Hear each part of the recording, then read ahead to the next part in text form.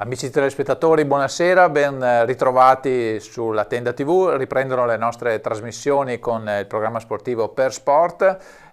Dopo questo assaggio che abbiamo fatto qualche giorno fa con la 4x4, la staffetta benefica a Serravalle, torniamo in studio per parlare di società vittoriesi e come vedrete dalle immagini adesso dei nostri ospiti, anzi non so se le vedete abbastanza perché il logo è piccolo, comunque parleremo di Scherma e più in particolare della Scherma Vittorio Veneto. Allora vi presento gli ospiti che ho qui, poi ce ne sarà anche un altro. Allora, partendo dalla mia sinistra, Flavio Casagrande, vicepresidente della Scherma Vittorio Veneto, Battista Zardet, presidente della Scherma Vittorio Veneto e Maddalena Pasini, segretaria, tesoriera e un po' di altri incarichi appunto per la società. Allora andiamo subito al dunque, cominciamo per ovvi motivi di rispetto con il presidente.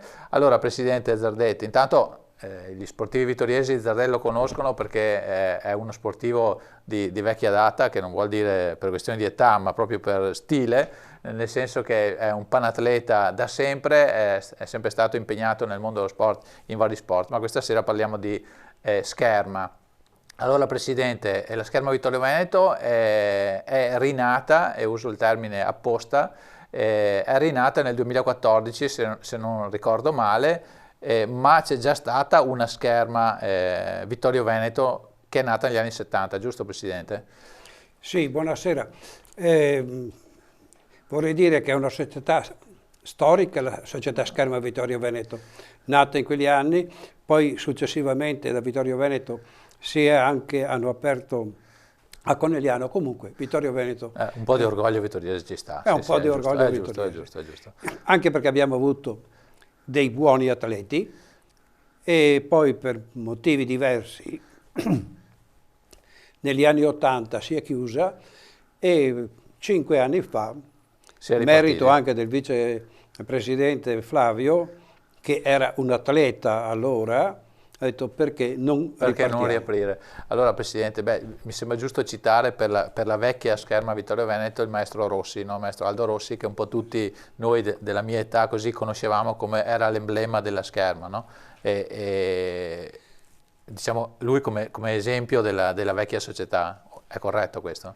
Sì, è correttissimo, tant'è vero che è stato proprio il maestro Rossi che a un certo momento mi ha avvicinato, io che venivo poi dal mondo dello sport, mi ha detto senti, abbiamo bisogno di qualcuno qui, e mi portò a fare il presidente nella Scherma. Io, già allora? Già quella vecchia? Quella vecchia. Ah, ok, no, pensavo fosse solo la seconda generazione da no, presidente. No, io sono...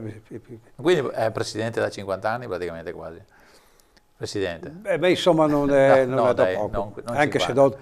Se do del lei a tutti gli attrezzi, le armi cosiddette della Scherma. Infatti no, l'ho interrotta prima, 5 anni fa si è deciso di ripartire. Com'è nata questa idea di ripartire? Perché di fatto c'era la storia, ma la società era ferma da tanti anni, quindi era proprio una rinascita vera e propria. E com'è nata questa scintilla che vi ha fatti ripartire? Allora, chi fa uno sport che è appassionato, tipo il vicepresidente Flavio, non le è mai passata questa passione, soltanto che, come in tutte le cose, servono poi piccoli elementi da mettere insieme per farla ripartire. Siamo ripartiti, mi chiama, mi dice senti, dobbiamo ripartire. E siamo ripartiti. Abbiamo in questi 5 anni cambiato già 3 sale, perché siamo partiti con pochi bambini. Allora ricordiamo anche in questi seppur brevi 5 anni, ma la prima sala qual era? Era quella del... Alluzzati forse. Alluzzati. Ok. Piccola, 2 anni fa abbiamo preso una sala, area diciamo... dietro la Cadoro, più o meno. Sì, in via Costruzione. Ci sembrava abbastanza buona.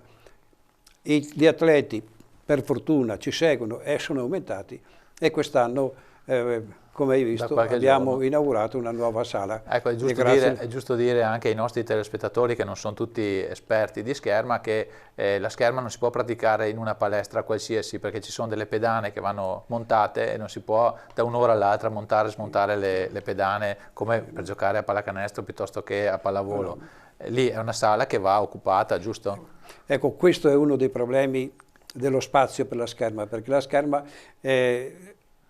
è uno spazio che viene usato solo per la scherma, esatto, per un sacco di motivi, certo, oltre alle pedane poi anche le armi che abbiamo, eccetera.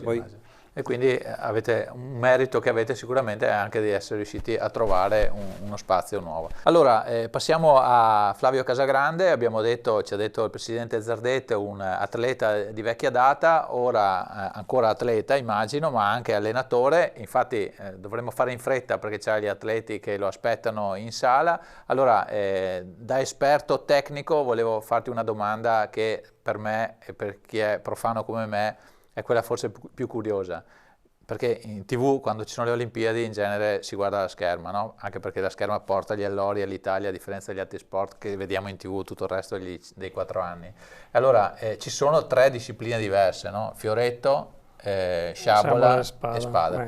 In brevissimo la differenza tra queste 3 armi. Sì, buonasera a tutti intanto. Allora, quando parliamo di scherma in realtà parliamo di 3 armi. Certo. Allora, la scherma è comunque una disciplina, un'arte marziale e possiamo praticarla appunto usando 3 armi diverse che sono il fioretto, la spada e la sciabola. Si distinguono velocemente per, vi dico le caratteristiche principali per cui si diversificano, che sono più che altro il bersaglio. Allora, diciamo, la spada è un'arma che colpisce su tutto il corpo. Dunque io quando faccio le mie gare, i miei assalti, posso colpire l'avversario in qualsiasi parte del corpo, che sia la punta del piede, la mano o la testa. Nella sciabola invece il bersaglio valido è solo dai fianchi in su. Dunque togliamo le gambe, bersaglio non valido. Nel fioretto il bersaglio valido è tutto il tronco. Okay. E dunque togliamo gli arti, togliamo la testa. Questo è quello che lo diversifica per i bersagli. Poi ci sono altre differenze. Il fioretto e la spada può colpire solo di punta, mentre nella sciabola posso colpire di punta e anche di taglio e controtaglio, dunque dare le cosiddette sciabolate. Ci sono poi delle caratteristiche per quel che riguarda la sciabola e il fioretto, che sono delle armi cosiddette convenzionali, che è un po' difficile spiegare, nel senso che nella sciabola e nel fioretto prevale l'attacco. Dunque chi attacca per primo ha sempre ragione. Sta di fatto che il giudice deve capire chi attacca e chi si difende e chi riesce a interrompere l'attacco dell'avversario, chi riesce a riprendere l'attacco. Certo. Dunque tante volte, appunto, come si diceva, guardiamo per televisione, soprattutto le Olimpiadi. Ricordo che la scherma è lo sport più medagliato in assoluto di tutti gli altri sport. Diciamo che è anche primo per quanto riguarda medaglie, supera anche l'atletica degli Stati Uniti, dunque per dare un po' la valenza della scherma italiana. E dicevo, guardando per televisione, tante volte, come nel calcio, si ricorre alla moviola. Perché soprattutto nella sciabola, che è una disciplina molto dinamica, addirittura hanno dovuto introdurre nuove regole per diminuire la velocità, si ricorre, cioè l'atleta o comunque il maestro che segue l'atleta ha la possibilità di far intervenire la moviola per ricostruire l'azione e vedere se il giudice che dirige in quel momento l'assalto è riuscito a interpretare bene o meno lo svolgimento dell'attacco. Ho capito. E come numero di praticanti, non a Vittorio Veneto ma generalmente, sono equidistribuiti tra le 3 discipline oppure... Allora, diciamo di sì, poi va a zone. Principalmente... In Italia chissà perché mi verrebbe da dire che sono più che fan fioretto, ma forse... No, diciamo che sono aumentati moltissimo gli spadisti in questi ultimi anni, ma più che altro perché appunto è la caratteristica della spada che fa sì che possa essere l'arma più per tutti rispetto al fioretto e alla sciabola, e dunque c'è stato un incremento. Più per tutti, scusa, intendi? Nel senso che la scherma sì, è uno sport per tutti, possiamo farla dai 7 anni fino agli 80 anni, perché abbiamo atleti che ai master arrivano fino a quell'età lì. Però diciamo che mentre nel fioretto, nella sciabola ci vuole anche una certa mobilità di gambe, nella spada può essere anche un'attività più statica, e dunque soprattutto chi inizia tardi, come ho iniziato io, già a 14 anni diciamo che è tardi, si butta più sulla spada che nelle altre. E tu cosa pratichi? Io faccio spada. Spada. Mai fatto fioretto? Sì, ho fatto fioretto, sì, le conosco tutti e tre. Ma c'è una, diciamo, una trafila, oppure si può scegliere subito un'arma e allora, una volta si iniziava sempre dal fioretto. Il fioretto era l'arma cosiddetta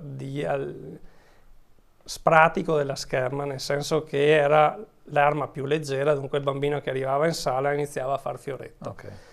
E negli ultimi anni si inizia già con l'arma che il maestro prevede possa essere quella più adatta all'allievo, dunque è il maestro che decide se l'allievo è più portato per una o l'altra, e poi dipende dalla scuola in cui uno si iscrive, perché ad esempio a Mestre è prettamente di fioretto, a Treviso c'è fioretto e spada, ma diciamo che la spada è quella che ha migliori risultati. A Padova fanno sciabola. Veniamo a Vittorio Veneto. Noi abbiamo scelto di fare la doppia arma, fioretto e spada, anche se non abbiamo comunque escluso la sciabola. Abbiamo uno dei 4 maestri che abbiamo in sala, e poi magari Maddalena andrà a elencarli, maestri tutti di alto livello di preparazione anche agonisticamente. Abbiamo per fortuna un maestro che fa anche sciabola oltre che a fioretto, dunque non abbiamo eliminato del tutto la sciabola, abbiamo comunque un piccolo laboratorio sperimentale in cui ci sono dei ragazzi che tirano di sciabola. Bene, ultima domanda prima di lasciarti andare in sala. Si può dire che esiste un'arma che è più difficile delle altre o più facile, o sono più o meno equivalenti? No, non c'è un'arma più difficile dell'altra. Dipende dalle caratteristiche che ha l'atleta.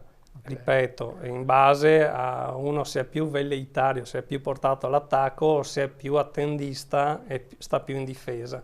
È un po' come i ruoli nel calcio, no? C'è chi sta in difesa, chi sta in attacco. Qui la stessa cosa, in base alle caratteristiche dell'atleta sceglie l'arma che fa più per lui, però non è detto che una sia più facile dell'altra. Ecco, e in base alla tua esperienza esiste una che è più divertente di un'altra da praticare? Ma per me sicuramente la spada, non perché sono spadista, però sì, è quella che dà così più possibilità di divertirsi, è più, diciamo, forse meno dinamica, ma si usa di più la testa e più strategia. Insomma. Ultima davvero, e poi ti lascio andare. L'influenza dei giudici o degli arbitri, non so come si chiamano, ci può essere oppure no? Perché delle volte si pare di capire che ci sono delle contestazioni. Sì, a alti livelli. Ad alti livelli no. Ad alti livelli no, perché sono tutti giudici internazionali, professionisti, e oltretutto appunto sono comunque seguiti da chi dirige il torneo e la gara, dunque se fanno delle discriminazioni o delle cose che non vanno, poi vengono appunto radiati da quello che è l'albo dei giudici.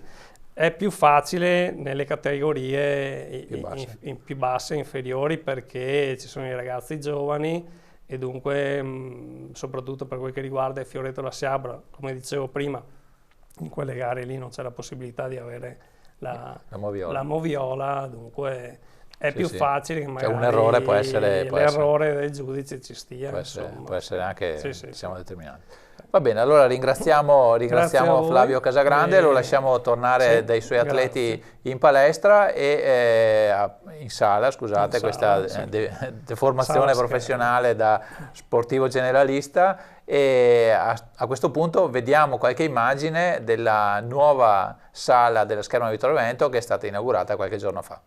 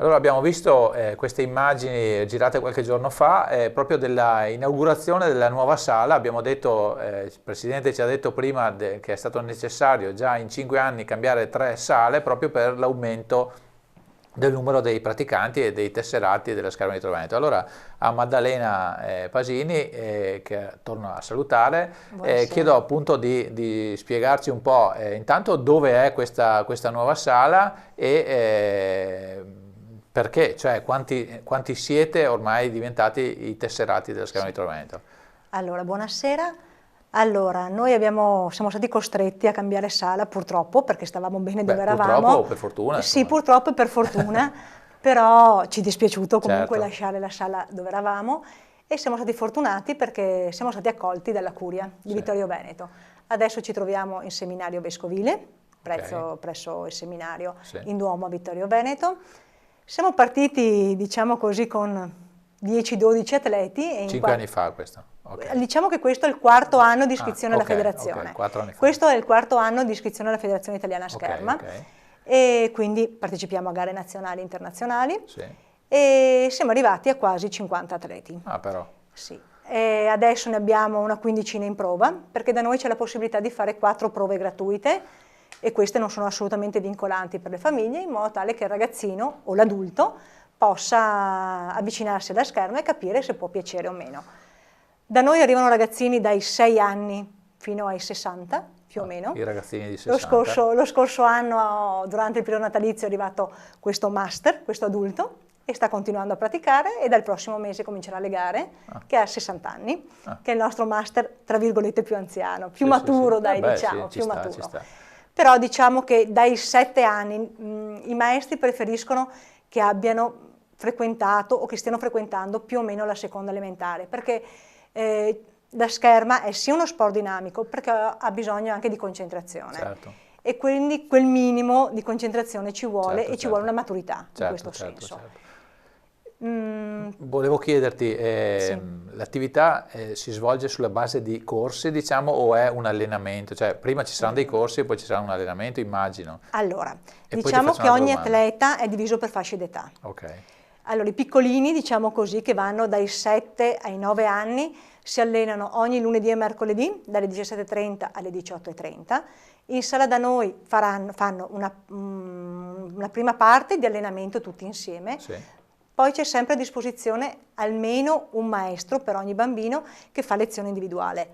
In sala sono sempre presenti ad ogni allenamento dai 3 ai 4 maestri. Però. Noi abbiamo la fortuna di avvalerci di 4 maestri, di cui 3 che fanno tutte e 3 le armi, quindi sciabola, fioretto e spada, e sono coadiuvati da 2 istruttori. Ok. Da quest'anno abbiamo un nuovo direttore tecnico, che Cominciamo a fare un po' di nomi. Sì. Allora, il direttore tecnico è? Esatto, il maestro Salvatore Puccini, Ok. di fama nazionale, diciamo così, molto alta, perché lui viene Provenienza come dal scuola? Circolo Scherma-Mestre, Ok. quindi Famoso, una grande famoso, scuola. sì. Sì. Abbiamo il maestro Matteaggi, che è il titolare della nostra sala scherma, quindi è il nostro tecnico affiliante, Ok. e è il più anziano. Ok. E poi abbiamo il maestro Robert, che fa prevalentemente sciabola e fioretto, atleta e maestro nazionale. Il maestro, istruttore, perché bisogna dare anche le giuste istruttore definizioni. Salvatore Tiralongo, che è prevalentemente istruttore di spada, anche lui proveniente dal Circolo Scherma-Mestre. E poi abbiamo Flavio, che è vicepresidente, atleta e istruttore. Ok, quindi sì, abbiamo davvero un bello staff. uno staff tecnico di tutto rispetto.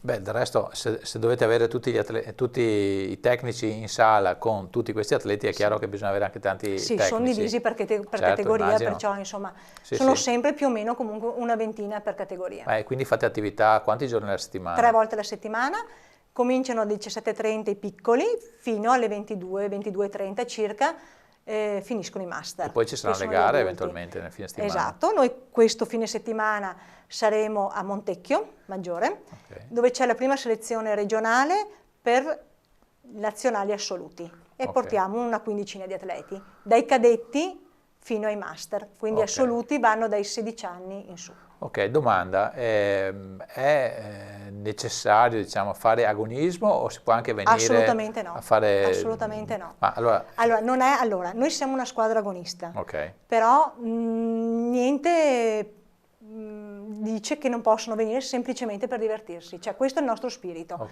Nessuno dei bambini che viene da noi o dei ragazzi che viene da noi è obbligato a fare agonismo. Certo. Ci sono ragazzini che vengono da noi ad allenarsi, però preferiscono non farlo perché magari il loro carattere non li porta ad essere Ma mi chiedo anche se un adulto volesse venire, impara e poi viene lì a tirare in sala. Esatto, si diverte con gli altri compagni d'armi. Ok, ma deve farlo con regolarità oppure non può venire anche saltuariamente? Allora, diciamo che dalla categoria da Enrico, diciamo, 2009 di età non di nascita, i ragazzini cominciano a fare gare a livello nazionale.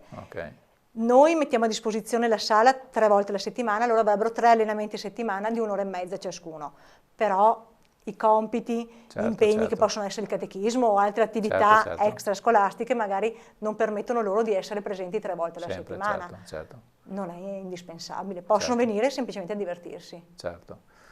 Ecco, allora abbiamo presentato anche Enrico, il nostro giovane ospite che ha sostituito sulla sedia il vicepresidente, quindi hai già carriera spianata davanti. Allora Enrico, intanto Enrico Da Rossa, dimmi tu quanti anni hai? E io 11.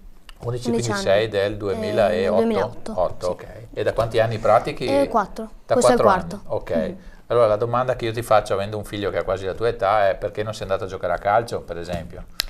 Lo faccio perché potrei chiederlo a mio figlio stasera. Perché io ho provato la scherma e mi è piaciuta molto. Come è nata l'idea di provare la scherma? Chi ti ha È avvicinato? stato, diciamo, alla scuola Ah, ok. che ti danno dei volantini Ok. per le varie società.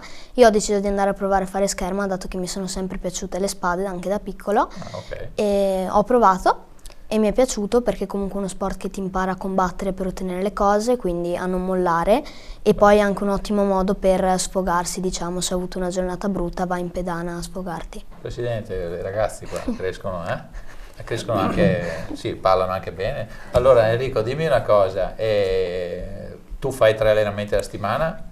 Sì. Riesci a farli? Sì, basta essere abbastanza organizzati con i compiti e con tutte le altre cose Tu che fai la fanno. seconda media? Vado in prima media. Ah, stai facendo Prima prima media, media, ok. sì, sì. E riesci a organizzarti abbastanza? Sì, sì, sì. Sì, perché alle elementari è una cosa, alle medie magari... Sì, sì, ma comunque il papà e la mamma si sono riesce. contenti? Sì, sì, sì. Sì? Sì, O sì. preferivano magari un altro sport? No, no, no, no, perché è particolare come... Il papà e la mamma hanno praticato? No, no. Beh, il mio papà ha provato una volta, però... sì, Però vabbè, cosa? No, non sì. diciamo così, No. perché non aveva tempo? No, sì, non aveva Ok. tempo. Ascolta, e fai anche gare? Cioè fai... Sì, sì, sì, faccio agonismo. E che gare hai fatto? Ormai questa stagione è appena cominciata, ma l'ultima stagione... Sì. Sono entrato nel GPG, quindi sono andato... spiega ai nostri telespettatori. perché non sappiamo Gran cos'è. Premio Giovanissimi, Ok. sono entrato nel primo anno e sono andato a Riccione Ah, a fare la gara. E com'è poi... andata? Bene, dai, Bene? sì, diciamo di sì. E poi anche gare regionali e interregionali. Nella gara regionale sono arrivato sesto nel Veneto. ah, bene. Sì, sì. Ascolta, non mi hai detto che disciplina fai però. Fioretto. Il fioretto. Faccio Ok, fioretto, ok. sì, sì. Bene, bravo Enrico. Dall'inizio. Allora complimenti anche per come ti sai spiegare, che non è da tutti. E abbiamo parlato di assalti e vediamo un po' di immagini anche di questi assalti che sono stati fatti in occasione della inaugurazione dell'altro giorno.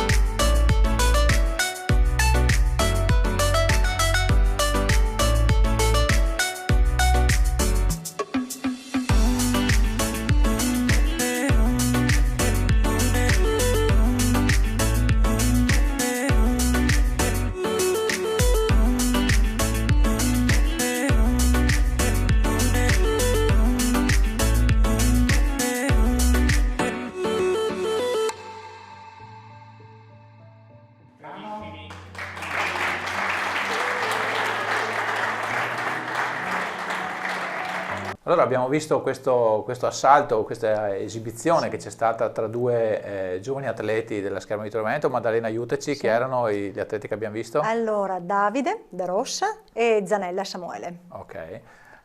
Anno 2011-2012. Ah, proprio anno piccoli, di nascita, piccoli, sì. piccoli. Piccoli. Sono al primo anno o... Hanno già fatto lo scorso già anno, fatto. quest'anno sono tornati da noi. Beh, complimenti. Sì. È giusto anche precisare per una cosa che abbiamo detto non precisa prima, quando parlavamo del papà di Enrico, che ha provato solo con la Scherma e poi dopo aver giocato da giovane a calcio, ha provato con la Scherma, non è andato avanti, però è giusto. Esatto, è giusto dire che ha vinto il torneo dei genitori e quindi insomma onore al merito, non è che ha smesso perché non era capace, ok, bene. Assolutamente. Io avevo detto senza saperlo che non aveva tempo, infatti comunque si era meritato la vittoria del torneo dei genitori. Allora Maddalena, Enrico ci ha detto che ha già cominciato ad andare a fare le gare, è andato a Riccione, eccetera. La società avrà un impegno anche nella gestione, immagino, di trasferte, forse degli atleti, quindi Sì, diventa diciamo che complicato adesso... se aumentano i numeri. Esatto. Allora, intanto sono tanti adesso e praticamente copriamo tutte le categorie, quindi sono parecchio impegnative, soprattutto perché ci sono gare interregionali, regionali e nazionali. Allora, E mediamente sono ogni quanto tempo le gare? Beh, adesso ogni settimana Ogni praticamente, settimana. avendo tutte le categorie e Certo. avendo tutte e tre le armi, perché avendo appunto un maestro certo. che insegna le tre armi, purtroppo adesso spessissimo. Purtroppo o per fortuna sempre a seconda Sì, di però come è si difficile guarda. da gestire perché Questo lo a capisco. livello sia societario, Certo. perché comunque abbiamo dei maestri che, lo ribadisco, lo fanno veramente per passione, perché loro prendono un contributo spese semplicemente certo. per il trasporto, e quindi abbiamo maestri che ogni settimana devono muoversi, genitori che fortunatamente ci aiutano in questo, certo. perché senza di loro sarebbe impossibile, e adesso sinceramente i genitori ci danno una gran mano, soprattutto sui piccoli, perché magari un genitore ne porta 2 o 3 e magari ci si aiuta in questo senso. Quando cominciano anche concomitanze, immagino, nella stessa giornata? Nella stessa giornata ci sono categorie diverse. No, in luoghi diversi no, perché fortunatamente, diciamo così, se c'è una gara master difficilmente si accavalla a una gara GPG o cadetti. In questo senso siamo fortunati.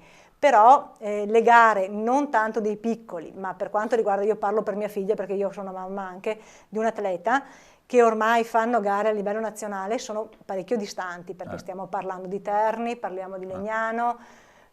La gara assoluti quest'anno, la finale assoluta era a Palermo, perciò stiamo parlando di distanze notevoli. Ma quindi durano i weekend o addirittura prima? Allora, diciamo così, di solito sono divise categorie. Faccio un esempio, magari la spada femminile è sabato mattina, quindi l'atleta parte il venerdì, certo. Naturalmente. Allora, abbiamo la fortuna che alcuni maestri si sobbarcano l'onere anche di portarsi i ragazzi, e questo non è poco. No, certo. Perché non tutti i genitori riescono a seguirli, certo. Anche perché le gare sono anche infrasettimanali, soprattutto tipo Riccione, che è una gara nazionale di GPG, che è la finale GPG, parte il mercoledì e finisce il lunedì successivo. Quindi è impegnativa anche per i maestri che devono magari chiedere ferie per poter accompagnare i ragazzi. Immagino. E la domanda che mi sorge spontanea è quando, o meglio, si potrà immaginare in tempi medio-brevi una gara organizzata anche a Vittorio Veneto? Ne parlava il Presidente proprio sabato con il nostro sindaco. L'idea nostra sarebbe di poterlo organizzare già il prossimo anno.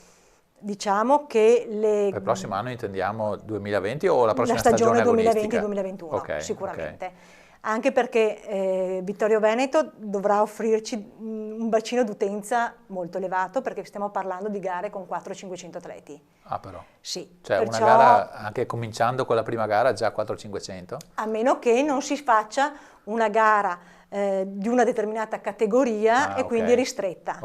Però se parliamo di un GPG, parliamo di questi numeri. Quindi il bacino d'utenza deve essere in grado di accogliere anche gli ospiti. Ma e quante pedane ci sono quando c'è una gara di questo tipo contemporanea, diciamo? Stavamo parlando appunto, possono esserci anche 15-20 pedane. Quindi a Vittorio Veneto dove si potrebbe fare? Palazzetto dello Sport. Ma ci stanno 15-20? No, ci stanno. Allora, è da vedere, da capire anche la federazione con il Comitato Veneto, come si può organizzare questo tipo di evento. Però sarebbe bello portarla a Vittorio Veneto, altro che. Perché purtroppo tante società so che si spostano altrove perché proprio non hanno, alcuni palazzetti non hanno appunto le capacità proprio numeriche di gestire una cosa del genere. Ma a vostro giudizio quanti pedane ci possono stare al palazzetto di Vittorio Veneto, per come è fatto? Beh, un 10-12 credo di sì, no Battista? Vorrebbero una quindicina. Sì, no, ho capito, ma fisicamente ce ne stanno 10? Potrebbero starcene. Sì? Al palazzetto? Pensavo che fosse... È più logisticamente parlando anche il discorso alberghi, strutture, certo. che poi bisognerà vedere come gestire questa cosa. Presidente, qua l'affare si ingrossa, come si dice, se bisogna cominciare a fare gare di questo livello, atleti che girano l'Italia, però penso che sia anche una soddisfazione, immagino, per un uomo di sport. Sì, è una bella soddisfazione.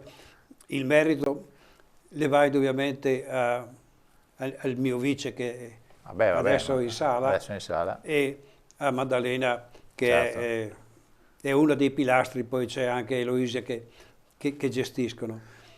Perché per organizzare, come dicevo, una gara, lo volevamo fare, a dirti la verità, nell'anno del centenario. Sì.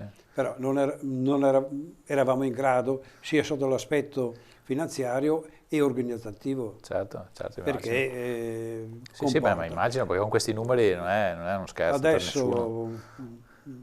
si ipotizza, ne stiamo ragionando per le prossime stagioni, sempre che poi la federazione veneta ci dia lo spazio. Ma quindi potrebbe essere, cioè adesso chiedo, sarebbe una gara diciamo estemporanea oppure potrebbe essere, non so, un campionato, cioè com'è che si entra in un calendario? Allora, noi potremo proporci, okay. come società possiamo proporci, però la federazione chiede determinate certo. caratteristiche. Okay. Sì. Se no potremmo E fare per anche semplicemente un torneo, allora questo potrebbe essere più fattibile. Sì. Magari si potrebbe fare già questa stagione, Presidente, un primo torneo come assaggio? Beh, o è noi troppo? lo facciamo sempre comunque, perché abbiamo, io posso dirlo, ovvero il nostro sponsor maggiore, certo. che è Amorim Cork, sì, che è un'azienda che aiuta del molto lo sport territorio, giovanile. Sì, esatto, certo. è un'azienda del territorio che ogni anno ci aiuta non solo nell'acquisto di materiale schermistico, ma anche ad organizzare ogni anno un torneo che momentaneamente, scusate, è riservato ai nostri atleti. Okay. Però potremmo aprirlo magari sì, anche a altre società, magari in maniera ridotta e non pensare certo. magari così in grande. Ma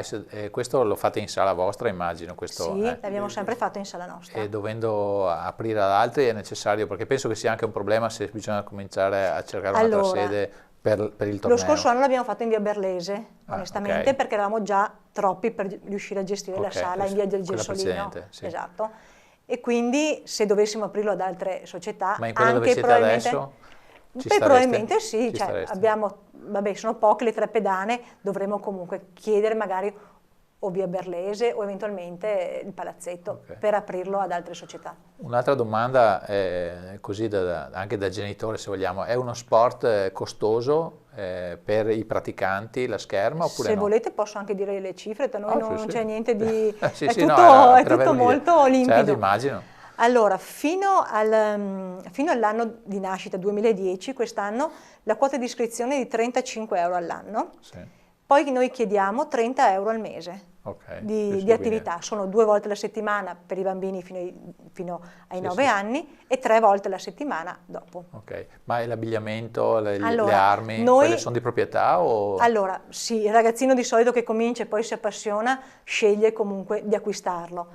Noi riusciamo a mettere in commercio, che non è un commercio, è semplicemente un passaggio da genitore a genitore, perché magari gli atleti più grandi decidono o di cambiare arma oppure va piccola la divisa, per cui viene passata di genitore in genitore, la società non interviene neanche in questo senso e se la passano, però non si è obbligati all'acquisto naturalmente, la sala mette a disposizione l'attrezzatura almeno il primo anno di attività. E le armi sono di proprietà generalmente? Non necessariamente. Allora, di solito i ragazzini che vanno a fare la gara ne possiedono almeno una. La seconda, che di solito è quella di riserva, viene data dalla sala scherma. E le dimensioni dell'arma sono diverse? Dipende dalla categoria. Fino al GPG 85 cm sia il fioretto che la spada, mentre poi passa da 90 cm. Presidente, questa segretaria risponde a tutte le domande a tono. Scusate. No, intendo dire, bene, era un complimento. È bravissima, è un pilastro, quanto ti ho detto prima che è un pilastro, è un pilastro. No, le ho fatto domande di tutti i generi e risponde come un libro, complimenti. Ascolta, ma tu hai il fioretto tuo? Sì. E da quanto è?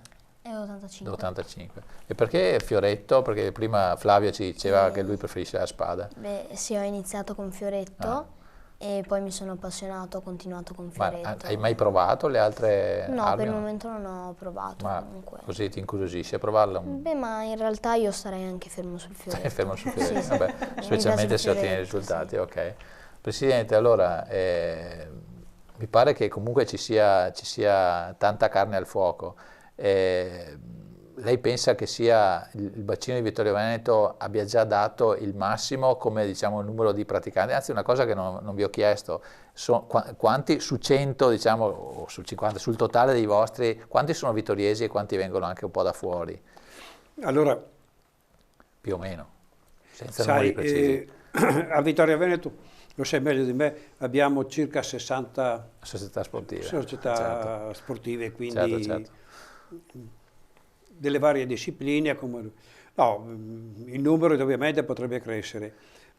Il 90% sono di Vittorio Veneto e un 10% dei comuni vicini. Ti dirò che si sono interessati a noi anche perché, come diceva Maddalena, abbiamo uno staff tecnico che ci invidiano un po' tutti, quindi abbiamo gente di Belluno che viene e i master di Conegliano. Conegliano, se non ricordo male, ha due Conegliano ha due società. Sì. Il venerdì ci siamo accordati e quindi lo fanno. Ma sai, soddisfazione ce n'è perché vedere questi bambini. E poi tu mi dicevi prima, no, che io vengo poi dal mondo dello sport in generale. Certo. E poi dicevi, nel tuo interventi, malifatteli obbligate a fare... No, era una domanda da giornalista, non io da panatleta le ho sempre detto, venite qui per divertirvi. Certo, sì. L'ho detto anche alla presentazione, noi vogliamo educare, anche perché la scherma, tutto gli sport, ma la scherma in particolar modo hai l'avversario di fronte, quindi il rispetto dell'avversario. Sì, ma c'è proprio... Il rispetto, sono regole importantissime, come in tutti gli sport, ma soprattutto in particolar modo il rispetto dell'avversario, il comportamento che si deve fare, il saluto prima, il saluto poi, che tu abbia vinto o che non abbia vinto, e questo è un insegnamento che serve. Poi abbiamo bisogno anche di campioni, te lo hanno detto prima, che la scherma nelle sue 3 armi è la più medagliata. Certo. Purtroppo noi guardiamo la scherma soltanto quando ci sono le Olimpiadi e i mondiali. Lì è colpa anche della televisione, non necessariamente di chi la guarda, perché se non la trasmettono... Ecco, quindi no, ci dà soddisfazione, soprattutto sono i ragazzini che ci danno soddisfazione e i genitori, perché sai, l'importante è, ma i genitori sono importanti, perché, prima di tutto perché partecipano attivamente alla gestione della società. Poi così da profano anche lo stile della scherma, voglio dire, persino l'eleganza, persino l'abbigliamento mi viene da dire, perché riflettevo qualche giorno fa, una volta nel tennis c'erano tutti vestiti di bianco, a Wimbledon si entrava solo vestiti di bianco, adesso sembra carnevale, non mi risulta di aver visto mai nessuno che fa scherma vestito di rosso piuttosto che di... No, noi pretendiamo, al di là dei, come diceva Maddalena prima, che facciamo le prove gratuite, eccetera, noi pretendiamo quando cominciano che abbiano la loro divisa. Sì. E, ascolta Enrico, allora obiettivi per questa stagione che è appena cominciata? Arriviamo su un podio? Sì, di fare appunto maggior parte delle gare per migliorarsi. Ascolta, fare la maggior parte delle gare vuol dire tipo farne ogni quanto tempo? Tipo una volta al mese? Dipende, sì, dipende anche le date delle gare. Si cerca di fare prevalentemente tutte le date importanti, anche i tornei appunto.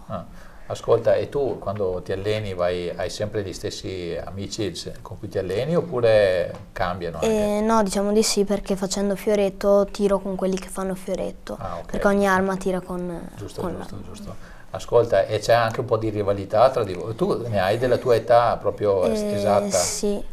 E c'è un po' di rivalità tra di voi? Beh, sì, ma comunque siamo molto amici, si forma un bel gruppo. Quando, ecco, se tu hai un tuo amico di fronte, quando cali, si chiama maschera, non so se si chiama? Sì. Ok, quando cali la maschera potrebbe essere chiunque, immagino? Sì, potrebbe essere chiunque. Ma ascolta, ma quanta soddisfazione c'è quando fai una stoccata che va a punto?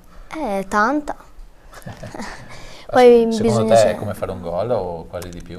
No, quasi di più, perché avendo fatto scherma poi non posso paragonare. Certo, giusto, risposta molto corretta. Ascolta, diciamo il tuo massimo risultato che potresti raggiungere quest'anno in base alla tua categoria, quale potrebbe essere? Arrivare sul podio e poi fare il meglio che si può. Hai GPG, mi hai detto? Sì, GPG. Torniamo a dire cosa vuol dire GPG? Gran Premio Giovanissimi. Gran Premio Giovanissimi, ok. E per arrivarci, diciamo, a livello nazionale, guardo anche, chiedo conferma, quanti livelli devi superare? Cioè il GPG ha dei livelli intermedi o si va direttamente a gara? No, nel senso che il GPG comprende 4 anni di nascita. Ah, ok. Però lui gareggia col suo anno, Ok, quest'anno. ok. Ma non c'è un livello, diciamo, provinciale, regionale? No, allora ci sono delle gare interregionali e regionali senza le quali non puoi accedere alla fase finale di Quindi lezione a di cui lui è riuscito ad qualificazione, arrivare. ok. Quindi bisogna lui ha superare- superato ok, delle, ok. delle prove per riuscire ad arrivare nella fase nazionale. Ok, e sei arrivato, ridiciamolo, l'anno scorso? Regionale? Sesto. No, sesto a livello Sesto, nazionale. sì, sì, sì. No, a No, livello è regionale. regionale. ok. Però questo ti ha permesso di andare sì, alla di fase andare finale. alla nazionale. Ok. Quindi quest'anno bisogna andare sul podio a Sì. Riccione, insomma, ok. Bene. Si spera. Allora, abbiamo altre immagini, prima di avviarci alla conclusione, abbiamo altre immagini dell'esibizione dell'altro giorno. Chiedo sempre a Maddalena di dirmi di chi I si nomi. tratta, erano un po' più adulti Allora, questi sono categoria giovani, Ok, Segato Oscar e Tomio Mattias. ok, vediamo.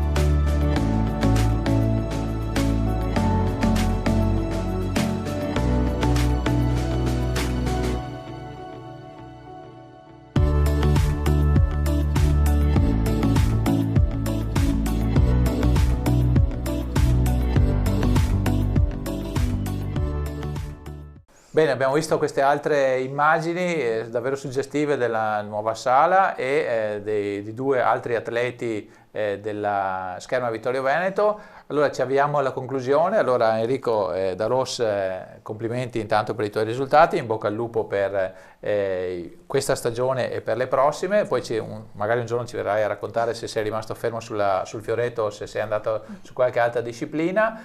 Presidente, abbiamo citato un po' tutti, forse c'è qualche altro dirigente che vogliamo ringraziare e salutare? Sì. Ma io ringrazio tutti quelli, certo. soprattutto va da sé Maso Giuseppe che fa parte anche lui del direttivo e De Luise che è il suo braccio destro, Okay. che sono Se quelle già è poi così la segretaria c'è pure un braccio destro. che lavorano in più. Ecco, e grazie ai genitori e oltre che ai ragazzi. E ringrazio ovviamente Tenda TV che ci ha ospitato, che è sempre molto presente sul territorio. Io la seguo anche non solo per lo sport ma per tutte le credo perché è un palatleta, so che non direbbe mai una cosa per un'altra. Maddalena, allora abbiamo raccontato un po' di questa società, complimenti per la tua preparazione anche tecnica e a questo punto da parte tua vorrei un appello così ai nostri telespettatori che magari hanno o in prima persona o hanno qualche figlio o nipote che potrebbero imparare, cosa devono fare per venire a provare una volta da voi. Beh, allora, noi abbiamo una pagina Facebook, abbiamo un sito web, volendo accedete, c'è il mio numero di telefono, potete chiamarmi in qualsiasi momento, mi mandate un messaggio, io vi rispondo, prendiamo appuntamento e vi facciamo fare 4 prove gratuite. Oppure si può anche venire a vedere Assolutamente direttamente sì, in sala. potete Allora venire in ricordiamo sala. i giorni in cui siete presenti in sala. Lunedì, mercoledì e venerdì dalle ore 17:30 alle ore 22:30. Bene, allora ci avviamo davvero alla conclusione, ringraziamo allora Enrico Daros, Presidente Battista Zardet, mi sono impappinato anch'io, la segretaria Maddalena Pasini, abbiamo salutato e ringraziato prima Flavio Casagrande, vicepresidente e tecnico, che ci ha lasciato apposta per andare a allenare. Non mi resta che salutare anche i nostri telespettatori e darvi appuntamento alla prossima puntata. Grazie.